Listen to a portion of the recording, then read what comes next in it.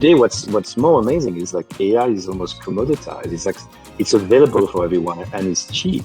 If you put AI at the center of the way you're working, which everybody should do, I mean, you obtain a level of productivity that I've not seen in a long time. Things that I was doing like 10 years ago that would take 8 months now take 3 days. Hello, everyone. Welcome to an episode of the Zazmic podcast. I have with me the founding member and chief technical officer of Zazmic, Yann Kronberg. Without taking any more time, Yann, why don't you tell us a bit about your journey of building Zazmic from a garage in San Francisco in 2013 to a 500 plus employee, multi-million-dollar global tech company, and why did you even do this?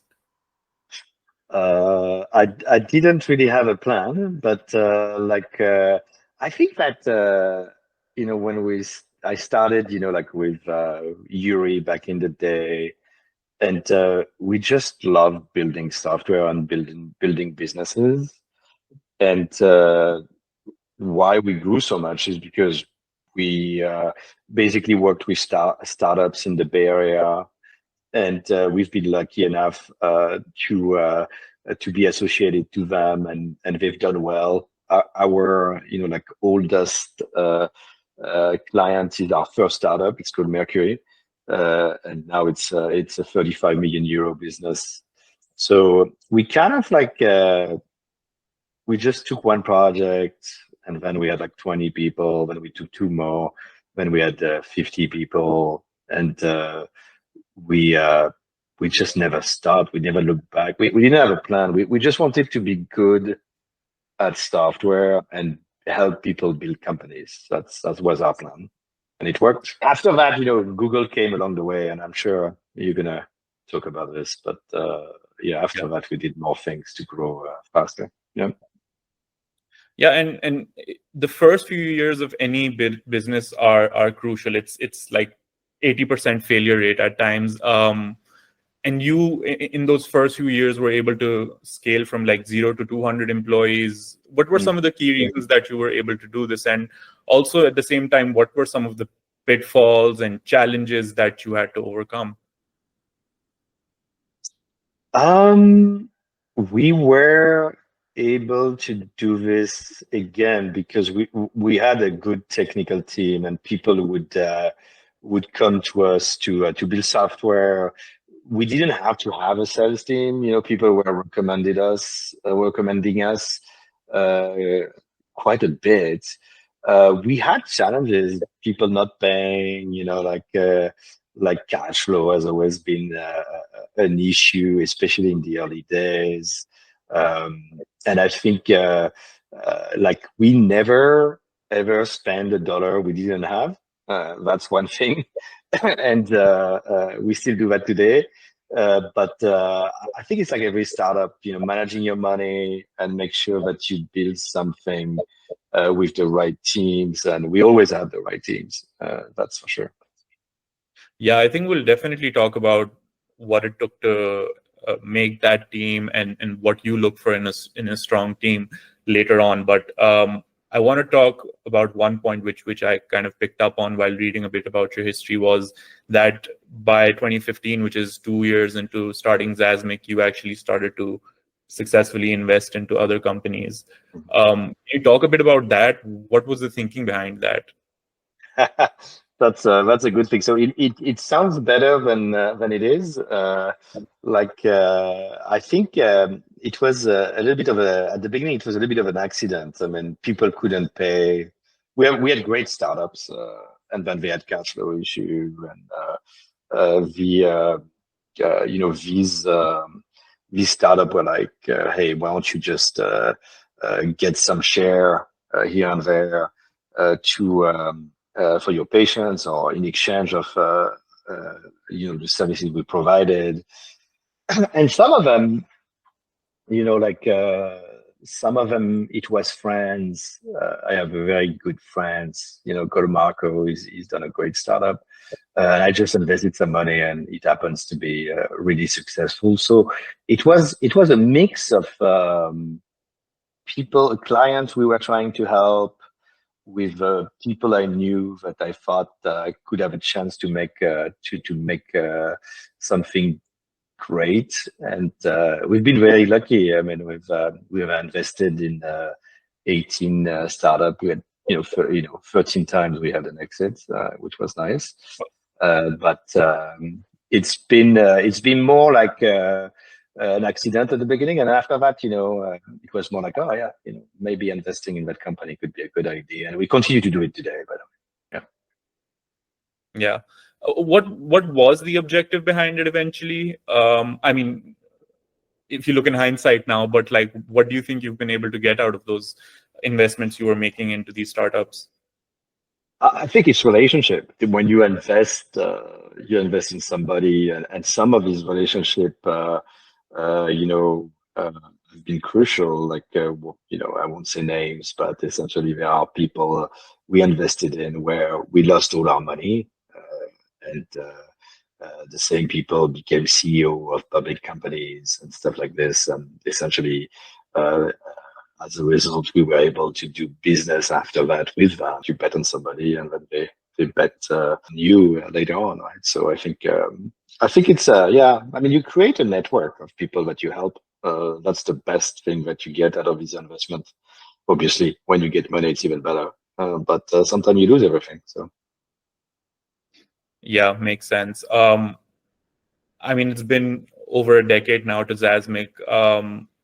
Back in those early days, was there a particular moment where you felt, with Zazmic that, oh, I think I'm onto something here, that this can go big? Was there any moment that you and Yuri perhaps felt that a particular deal where you're just like, this is our tipping point, so to speak? I think when we started to go beyond startups, we work with big company, big banks, big e-commerce company, right? We work with Amazon. I think it felt a little bit more real because like these were always more long-term relationship and more stable. I don't know if we felt like we made it, but we felt that we had a platform to grow. So that was one. And working with Google has been also pretty amazing. So. Yeah, actually, I was just going to get into that. So talk a bit about how you found, or rather Google found you guys, and how did that kind of propel Zazmic into a completely different kind of era for its business? Well, so we always liked Google products. The tech is better, right? It's open source. It's a company that, at least in my mind, if you just look at the tech, it's really innovative. Like it's also at the heart of the Silicon Valley. So, Amazon is in Seattle, Microsoft is in Seattle, and then we finally had a local kind of player here. That was really successful, and that was going head to head with the Microsoft. By default, we chose them because the tech is just, it's better. And then at some point, because we helped Google, penetrate some big accounts, and after we did that, one of my buddy was like, "Well, why don't you work with us and be a partner and all that stuff?" And I was like, "Man, I'm not sure." And then after that, it's history. We started working on the resell and software engineering partner side, and yeah, we grew crazy. I mean, and that's also part of the fact that we always focused on being good as an engineering team, right? And so it was just a perfect storm. Yeah, absolutely. And before we get a bit more into the partner ecosystem, could you explain about what exactly the ecosystem is? I think there's maybe not clarity on that. So if you could just draw a picture for the listeners about why there is a partner ecosystem in the first place. Why can't just Google do it themselves? Oh yeah. Well, I think Google can do a lot of things by themselves if they want to, but I think it's more of they want to scale fast, and there's different aspect. There is they need help to sell their solution because there's so many things they do, and they need partner to help customer to go and take advantage of the product that they have, and that's just a natural way to expand faster. All right. And for Zazmic, I mean, you have 4,000 partners. Google has more than 4,000. How do you, as a premier partner, kind of stand out or make yourself stand out? How do you see that? So we focus on ourselves. That's number one. Our motto is very simple: is be good and be good at it. Like we want to be very good at what we do because early days, right? We noticed that we don't need to sell anything because people uh, just with word of mouth, people just come to refer us a lot of business. And that's the same thing in every ecosystem, and especially on the partner side. You just focus on being very good at what you do, deliver for Google and the customer, and the business will come. That's how you stand out. We want to be the best at tech, and that's what we focus on. Doesn't mean that sometimes we don't stumble, but my message to the team has always been, just try to be the best. And while building the team, I think you earlier mentioned that it's as important to have the right people on the bus when you're going on this journey. So, what did you look for early on in those in the people you were hiring, or even the team that you are looking at right now? First off, we try to recruit top tech, right? And it sounds like, kind of something that you hear everywhere, but us, we extensively screen people to make sure they're good. And the reason for that is we don't want to handhold people. So that's one. I think I've been very lucky, to have people, next to me that just understand how I work. There's extreme sport, and then there is extreme work. Me, I'm more on the extreme work side. I think big part of growth and success is to love what you do, and it's been amazing. So for me, like every step, like working with bigger company, working with that ecosystem from Google, it's like Candyland, right? I mean, I just every day I do what I love. It's amazing. So Yeah, love to hear that. I think this conversation would not be complete without talking about the big buzzword that's been going around for a few years, and that is AI and generative AI more recently.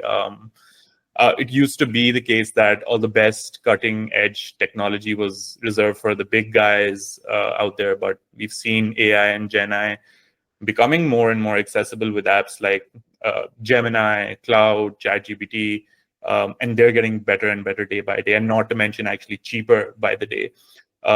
Gen AI is, I mean, expected to add 2 to 4 trillion to the global economy, and I remember like for the last few years when it came to tech companies, there was a lot of conversation about data being the new oil, but it seems like now AI is the engine that is going to be powered by that data. So at a high level, if you could just talk about how you see Gen AI and AI changing the global ecosystem, and is it essential for businesses moving forward? it's not that it's changing the world today. It's just it's way more accessible to Mm-hmm. everyone today, right? AI was done like 10 years ago, but it was very hard to make a model and to be able to maximize impact. I think today what's more amazing is like AI is almost commoditized. It's like it's available for everyone and it's cheap.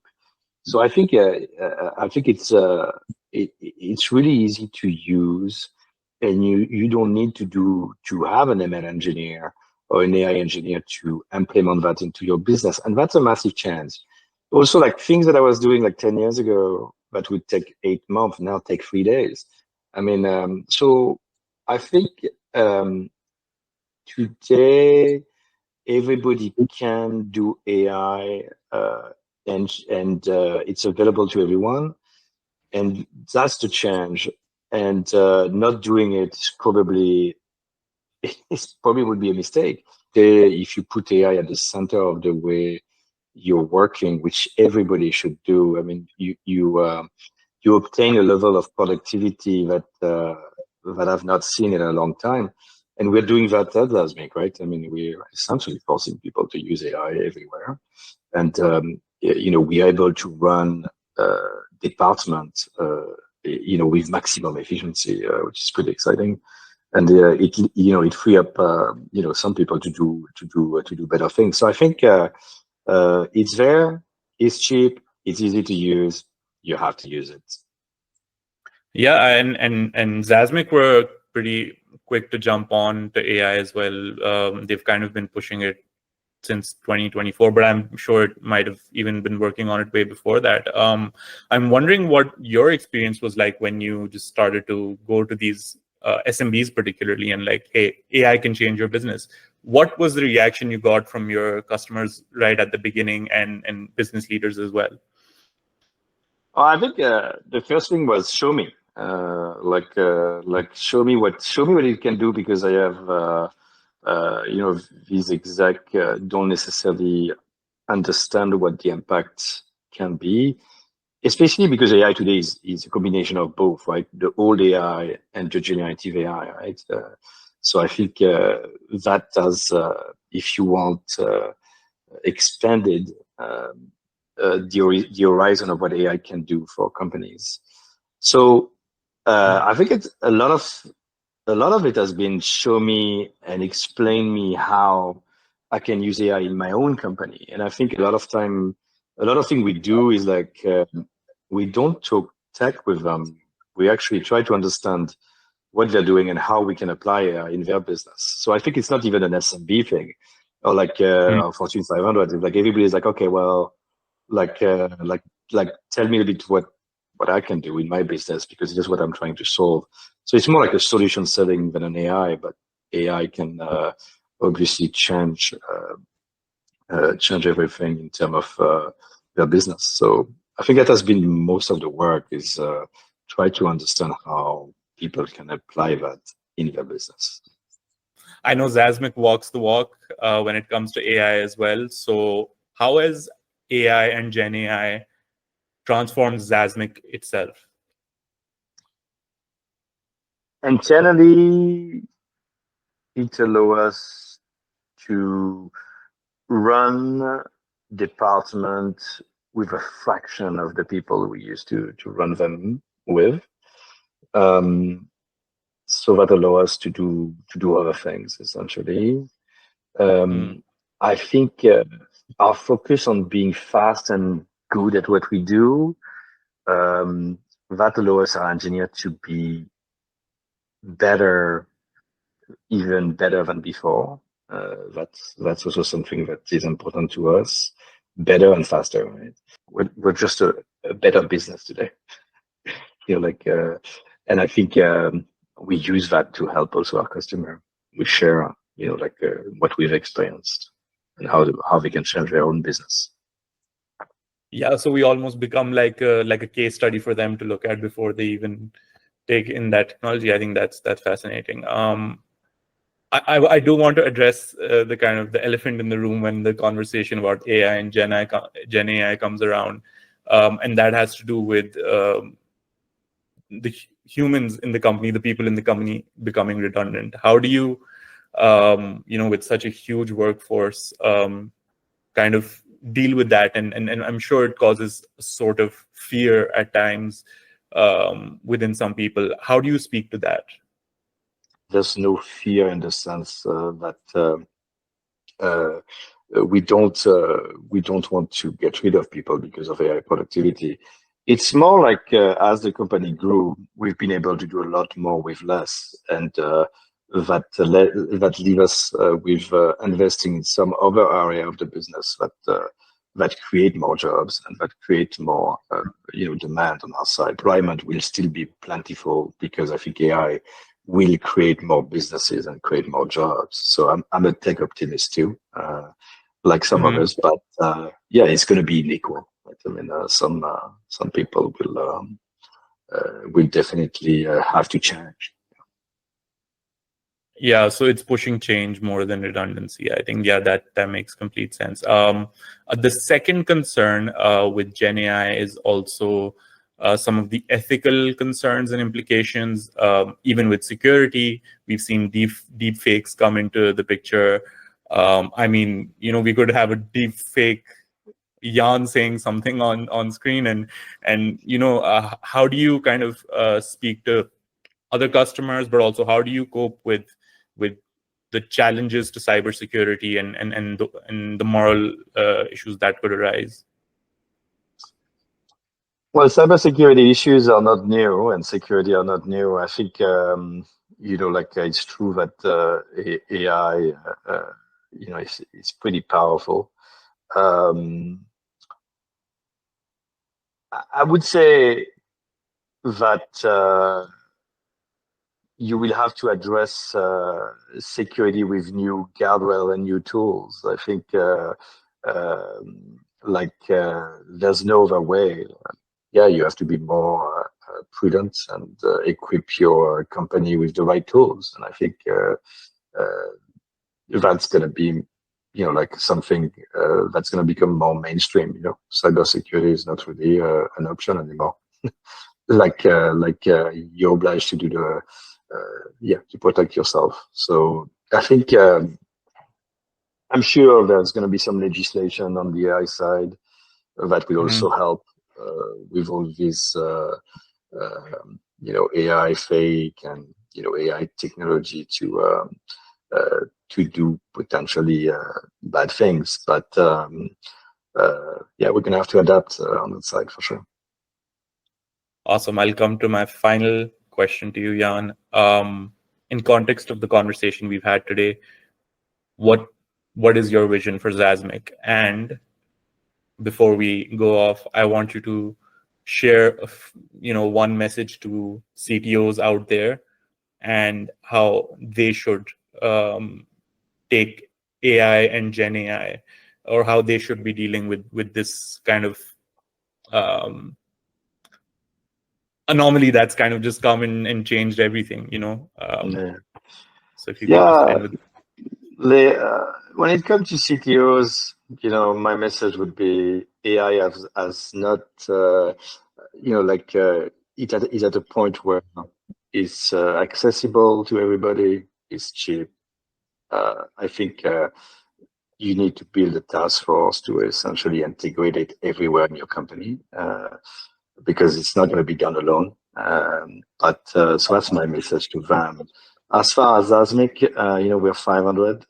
I see us going to at least a couple of thousand people, but with the same goal. I mean, focus on quality, focus on being the best at what we do. Awesome. Thank you so much for your time, Yann. Thank you everyone for watching. Until next time.